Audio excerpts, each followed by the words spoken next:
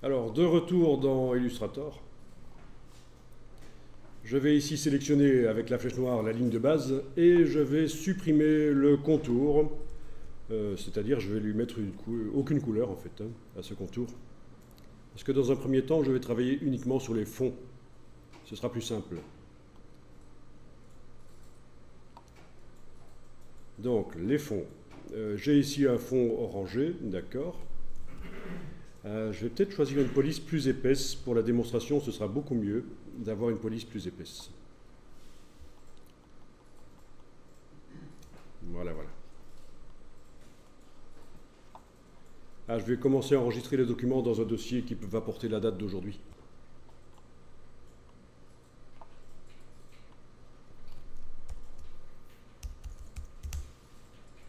Voilà. Bon, ici, je vais l'appeler mon document texte ex nihilo. Vous connaissez l'expression? Au départ de rien, c'est ça, ex nihilo. C'est quelque chose d'assez connu dans le monde du graphisme et pas seulement du graphisme. Quand on démarre au départ de rien, ce qu'on a fait maintenant, là, c'est du ex nihilo.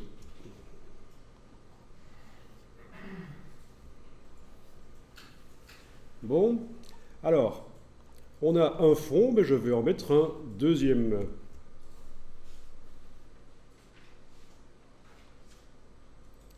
Ajouter un nouveau fond. Voilà. Et ce deuxième fond, celui du dessus, en fait, je vais lui mettre un dégradé. Alors, des dégradés, vous en avez un ou deux, non trois. Il y en a trois déjà dans la palette ici. Sinon, vous avez la bibliothèque de dégradés. Donc, vous voyez où je suis. Il faut bien que je sélectionne la ligne de texte, en fait, voilà. Oui, parce que là, j'ai fait une erreur. Vous voyez, mon nouveau fond, je l'ai ajouté au moment où le texte n'était pas sélectionné. Résultat, ça n'a servi à rien. Donc, je dois recommencer maintenant. En sélectionnant bien le texte, la ligne de base, j'ajoute maintenant mon nouveau fond, et là, ça va réellement marcher. Toujours le gros piège de la palette aspect, parce qu'on peut travailler dans la palette aspect en n'ayant rien qui est sélectionné. Ok, j'ai ajouté un nouveau fond.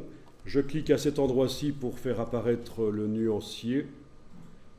Il y a des dégradés déjà dedans.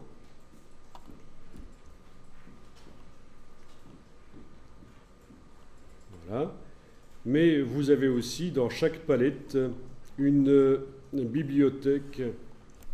Et là, vous allez avoir des bibliothèques de dégradés. Donc les bibliothèques, c'est par ici qu'on y a accès. Et vous avez, dans toutes ces nuances, vous avez le mot dégradé. Et tout ça, c'est des palettes, en fait. Je vais commencer par la palette bois. Voilà, elle apparaît là. C'est une palette non modifiable, mais dès que j'utiliserai un dégradé de là, il sera ajouté à la palette nuancier du document. Même principe que pour les styles graphiques, comme on a vu hier.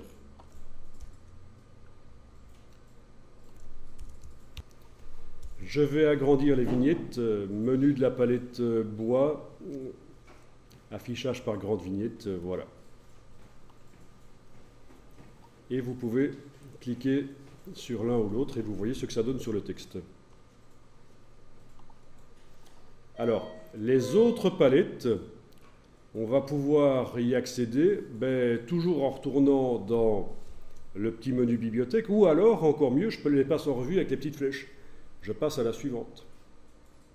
Voilà, et je teste. Vous voyez que chaque fois qu'on teste, ça s'ajoute au nuancier du document.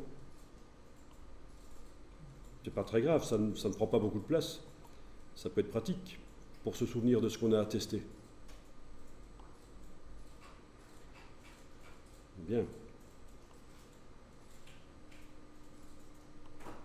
À un certain moment, on va évidemment sortir des bibliothèques de dégradés, parce que dans la suite de la liste, ce sont des bibliothèques de couleurs. À un certain moment.